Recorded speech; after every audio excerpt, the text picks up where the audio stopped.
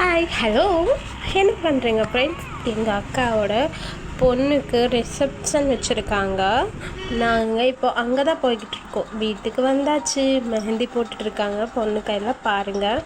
சின்ன பொண்ணு தான், சடங்குக்காக ரிசப்ஷன் ஓகேவா, சடங்கெல்லாம் முடிஞ்சு ரிசப்ஷன் வச்சுருக்காங்க. அதுக்காக போனேன்.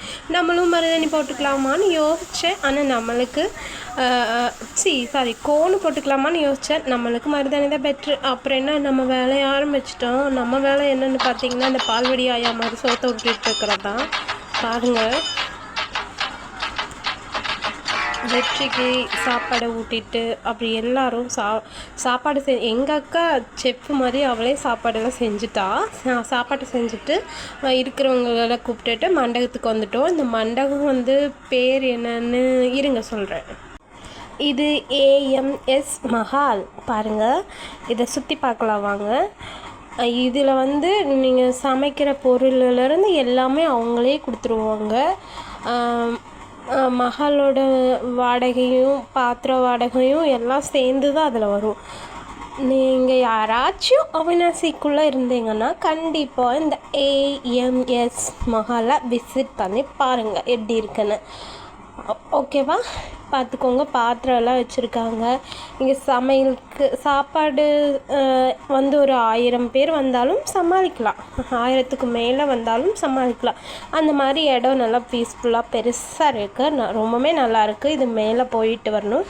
கீழே வந்து ஃபோட்டோ எடுக்கிறதுக்கு டெக்கரேஷன் எல்லாம் பண்ணியிருந்தாங்க. அப்படியே இங்கே குட்டீஸ் எல்லாம் ஒரு ஆட்டம் போட்டுட்டு இருந்தாங்க. வெற்றியெல்லாம் பாருங்கள். சரிங்க, நம்மளுக்கு ஊர் பக்கம் தானே அப்படின்னு சொல்லி கிளம்பியாச்சு.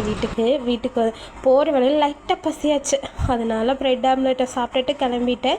காலையில் நான் யோசித்தேன், மருதாணி இல்லைன்னா கை நல்லாவே இருக்காது இல்லையா அப்படின்னு சொல்லிட்டு மருதாணியை அவசரமாக அரைச்சி வச்சுக்கிட்டு அப்புறம் தண்ணி வந்துடுச்சு. நம்ம குறுகுறு பைப்பில் தண்ணி வரதே பெருசு இல்லையா, அதனால் தண்ணி எடுத்துகிட்டு பாத்ரூம் எல்லாம் கழுவி விட்டுட்டு மருதாணி அழியாமல் வேலை செய்கிறது எவ்வளோ பெரிய விஷயமா இருக்குது தெரியுங்களா.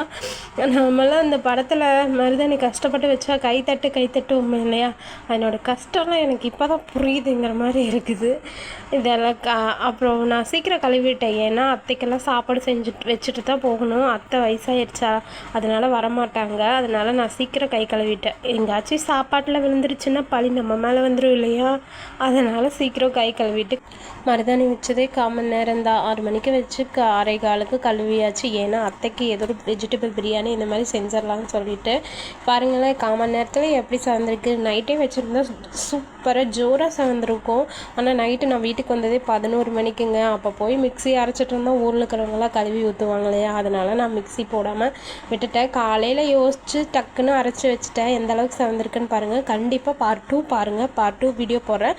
அங்கே போய் என்ன கூத்து நடந்தது, எவ்வளோ ஜாலியாக என்ஜாய் பண்ணுங்கிறதெல்லாம் போடுறேன். ஓகேவா, மறக்காமல் லைக் அண்ட் சப்ஸ்கிரைப்.